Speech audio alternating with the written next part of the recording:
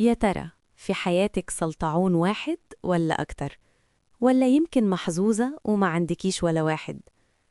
قبل ما تجاوبي اسمعي دي. في نظرية اسمها عقلية السلطعون. ببساطة بتوصف نوع من الناس بيقول لنفسه طالما أنا مش قادر أوصل يبقى أنتي كمان مش هتوصلي. الاكتشاف ده جمعوه العلماء من سلوك السلطعونات البحرية.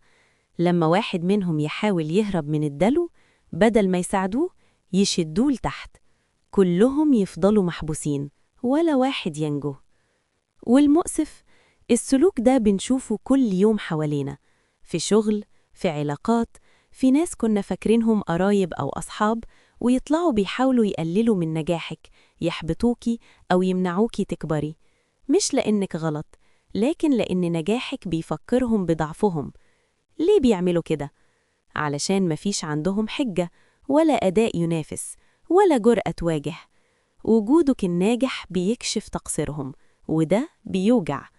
وعلشان كده لما تلاقي حد بيشدك لتحت افتكري إن ده مش تقليل منك، ده انعكاس لنقصه هو.